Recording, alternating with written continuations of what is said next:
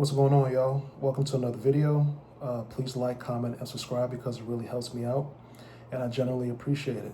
This video is going to be on advice that you should take when going on your Phase 2 ship, also known as your apprenticeship. This advice is going to be things that were told to me from people that have been in the industry way longer than me, and just things that I've noticed along the way when I was on my Phase 2 ship. So with that being said, number one, try to avoid people that talk a lot on the job. You're going to run into people who are going to stop you while you're working. They're going to want to delve into conversation, and they're just overall distracting. It's going to start off as, someone asking a question, and then that question leads into a conversation about personal life, a conversation about something that doesn't have to do with the job that you are currently doing. You don't want to be caught by either a mate or an engineer talking on the job too much, because they're going to think that you're being distracted. They're going to think that, this guy isn't doing the job that I told him to do, and it could lead into more problems down the way. I remember when I was at SIU, in my last class that I had to take before I finished the program, RPENW, and I'll never forget that the instructor said you're going to run into people that he called Billy Bobs. And Billy Bobs are people that just always seem to want to stop and have a conversation for long periods of time and distract you from your job. You don't want to have that happen, because say you're doing a job that is of importance, and you're being distracted by somebody talking to you and you do the job wrong. You can't have an explanation to your superior and say, hey, I didn't do this job right because such and such was talking to me and I got distracted. They're going to look at you like you're crazy, and they're more than likely going to ream you out. So stay away from people who seem to distract you and talk a lot while on the job. Number two, pick your battles wisely. I can't stress that enough. You don't want to rub your superiors the wrong way on a ship. You just don't. You don't want to be deemed as the guy or girl who's argumentative, who's hostile to the workplace, who's just generally unpleasant to work with, because your superiors will stick it to you. Let's just say a superior has a grudge against you. They will take overtime from you if they feel like it. They'll find any reason to. Because a superior has a grudge against you, they might give you only the jobs that nobody else wants to do. And if you don't do it, it'll just be added to the list of things that they don't like about you. They could report you to the company. They could report you to the captain. And, they can generally get you fired from the company. And that's something that you don't want. Because in the grand scheme of things, if you get fired from a company, that means you can't sail on any of the ships that are in their fleet. Now, there are companies that are lower paying that you really wouldn't care that you got fired in the first place. Let's just say NCL. If you get fired from NCL, not saying that you should, but if you get fired from NCL, in the grand scheme of things, it's really not a big deal. It's a cruise line. There's some other companies where they're lower paying and you really wouldn't care to get fired from that company. But let's just say you get fired from Maersk or you get fired from Crowley. These companies have a lot of ships in their fleet, and it's going to really hinder you later on in your career if you're not able to sail on some of these ships. So always pick your battles. Certain things aren't worth arguing over. Certain things just aren't worth speaking up on. Not to say that you should be a pushover, but just understand the consequences that come with that. Number three, stay on the steward's nice side. All right. This is a person that is cooking your food for breakfast, lunch, and dinner. Make sure you stay on his or hers nice side. I feel like that's self-explanatory. I think that is advice that you should take outside of the ship as well. Anybody preparing your food, you should be extra nice to them. There's nothing worse than somebody that's vindictive and they're cooking your food or handling your medicine. So, yeah. Number four, understand where you are on the totem pole. You're coming fresh out of SIU, you're an apprentice.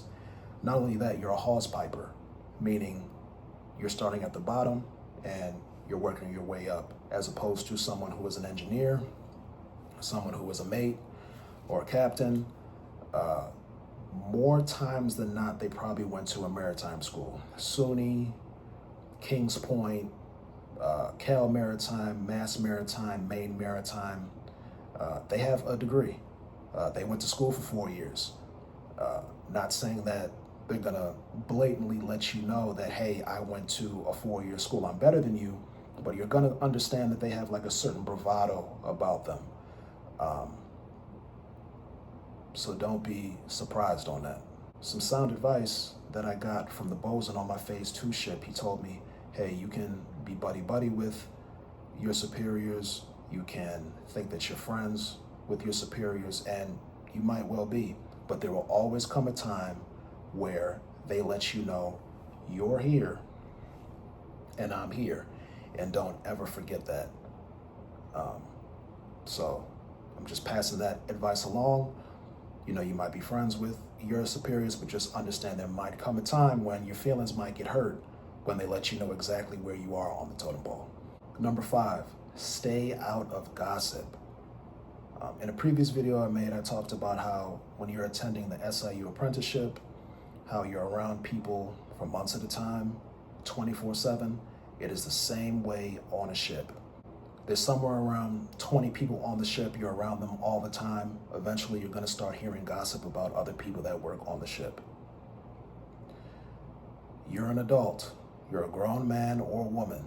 There is no reason why you should be engaging in gossip. People just do it on the ship because, you know, they want to pass the time and they have nothing else to talk about because the outside world really isn't accessible to them. There's no point in being in gossip. It doesn't help you in any way, shape, or form. It doesn't make people think more of you. In my opinion, it just makes people think less of you. So stay out of gossip. There's no reason why you should be in gossip. You should be bringing up gossip. Find something better to do with your time. And number 6, and one of the more important things on this list, be a hard worker. Don't be known as the guy or woman who's known for doing just barely enough not to get fired.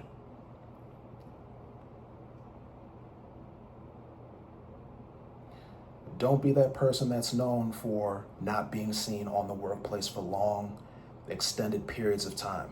You sitting in that hiding spot for 30 minutes to an hour, a couple hours, it's not worth it. People notice that. You're going to work around people where you're going to stop and think, man, I haven't seen him or her for a long amount of time. Where are they? If you are thinking that, trust and believe me, everybody else that works in your department is thinking that too. And they're saying it to each other as well. You don't want to be known as the guy or the girl who is known for not being seen on the job. Because again, just like when I was explaining to pick your battles, understand that if your superiors start to get wind that you are someone that likes to slack off, they will take overtime from you and they will assign you to jobs that nobody else really wants to do, and it's not worth it. You don't want to be known as the person who slacks off, you know, because eventually, if it gets reported, you could get fired from that company, and that's not something that you want. The maritime industry is very, very small, and word travels very quickly. You know, certain engineers are still in contact with other engineers on other ships who are a part of other companies. Other mates are still in contact with other mates who work for other companies. Captains are in contact with other captains who work in other companies. You don't want your name to be brought up as a slacker because people will treat you as such. And you really don't want that. Number 7, be on time.